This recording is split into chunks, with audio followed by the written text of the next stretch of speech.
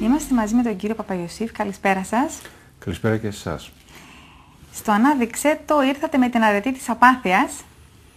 Βεβαίως, ήρθα με αρετή δίχως απάθεια βέβαια και σας ευχαριστώ πάρα πολύ για την πρόσκληση. Εμείς ευχαριστούμε την τιμή. Είσαστε συγγραφέας. Το βιβλίο αυτό εκπροσωπείται από τις εκδόσεις Μωραΐτη, να το πούμε και αυτό και να το δείξουμε κιόλας. Καλά το δείχνουμε, ναι. Οκ. Να μιλήσουμε για τον τίτλο και κυρίως για το θέμα της απάθειας σαν λέξη, σαν όρο. Μιλήστε μας έτσι λίγο για τον τίτλο αυτό. Η αρετή της απάθειας είναι ένας τίτλος με διτή σημασία. Δηλαδή αφορά πρώτον τους ανθρώπους που είναι απαθείς σε ό,τι συμβαίνει γύρω στο περιβάλλον τους. Απλά έχουν μπροστά τους μία πορεία, ένα σκοπό ζωής, να τελειοποιηθούν ως άνθρωποι. Η δεύτερη σημασία της απάθειας είναι για αυτό το οποίο σχεδόν βασανίζεται τα τελευταία χρόνια ο πλανήτης Γη και οι άνθρωποι αυτοί του πλανήτη. Όλη αυτή η συμπίεση που νιώθουν από τα τέλος πάντων όχι ευχάριστα γεγονότα και πάλι βρίσκονται σε μία θέση ουδετερότητας, χωρίς καμία αντίδραση, σχεδόν απαθής. Ποια είναι η φιλοσοφική προσέγγιση του βιβλίου σε σχέση με την απάθεια? Ας πούμε, ασπάζεστε τη θεωρία των στοικών φιλοσόφων ή κάτι άλλο? Αν και δεν είμαι της γραμμής των στοικών φιλοσόφων, περισσότερο είμαι του Εφέσιου, του Ηράκλειτου και του Πυθαγόρα. Η απάθεια είναι μία σημασία για την ανθρώπινη φύση, η οποία έχει ως σκοπό να μην επηρεάζεσαι από γεγονότα που θα δημιουργήσουν μία λανθασμένη πορεία στην εσάρκωσή σου επάνω στη γη. Απλά ζεις με χαρά, ζεις με σοφροσύνη και γνώση και πορεύεσαι μέχρι το τέλος της ενσάρκωσης με τα ίδια ακριβώς στοιχεία και με τις ίδιες ακριβώς αρετές. Αναφέρεται όμως ότι η απάθεια δεν είναι αρετή, ότι η πνευματική γνώση είναι η μεγαλύτερη τιμωρία των επίδοξων κατακτητών. Όμως παρόλα αυτά εσείς θέτετε τον τίτλο αρετή της απάθειας. Πρόκειται για οξύμορο σήμα. Ναι, είναι εντελώς οξύμορο. Προσπαθώ να κάνω την απάθεια αρετή, καθότι προσπαθεί να γίνει από μόνη της αρετή, διότι δεν αντιδρά πλέον ο κόσμος σε όλα αυτά τα οποία συμβαίνουν. Και χιουμοριστικά λίγο, τη βάζω την απάθεια ως αρετή.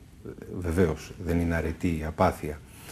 Αλλά θεωρώ ότι ο άνθρωπος πρέπει να έχει μία γνώση ώστε να μην του συμβαίνουν και να μην του προκύπτουν θέματα και προβλήματα τα οποία τα έχει ξαναζήσει στο παρελθόν.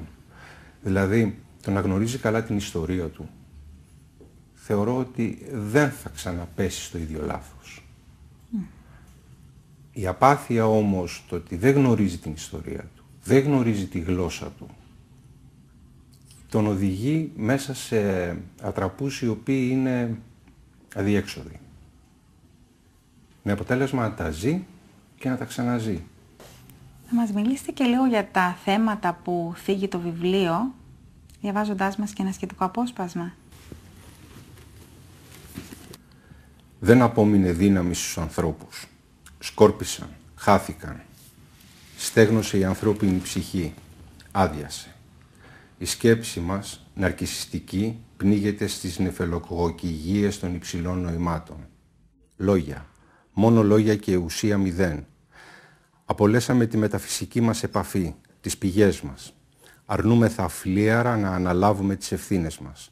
Φυλάξαμε την οδύνη μας, δειλιάζουμε να αντιμετωπίσουμε τους φόβους μας, τους εσωτερικούς και τους φυσικούς φόβους που μας περιβάλλουν.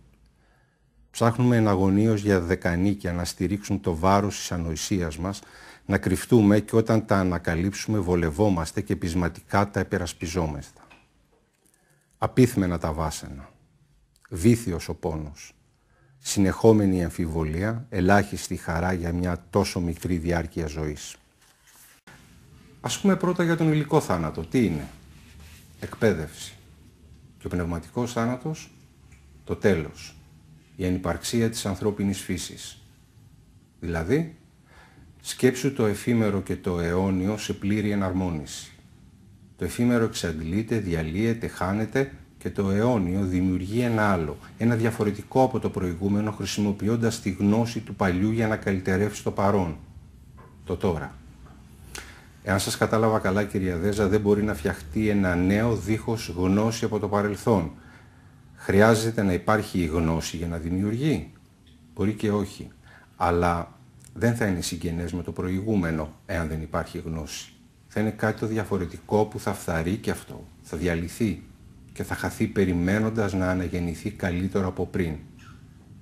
Ο θάνατος δηλαδή ανανεώνει μια κατάσταση προς το καλύτερο. Ακριβώς, Ορφέα. Για αυτή την ανανέωση, απαραίτητη προϋπόθεση είναι η γνώση που τροφοδοτεί την ύπαρξη του ανθρώπου. Και αν δεν θέλεις να έχεις αυτό που λέμε πνευματικότητα και υλικές απολαύσεις είναι το μοναδικό σου πιστεύω στη ζωή, τι γίνεται? Αναπνέεις, ζεις και χάνεσαι στον εφήμερο κόσμο της ψευδαίσθησης.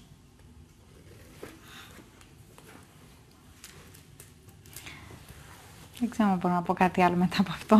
Νομίζω τα αναλύσατε όλα.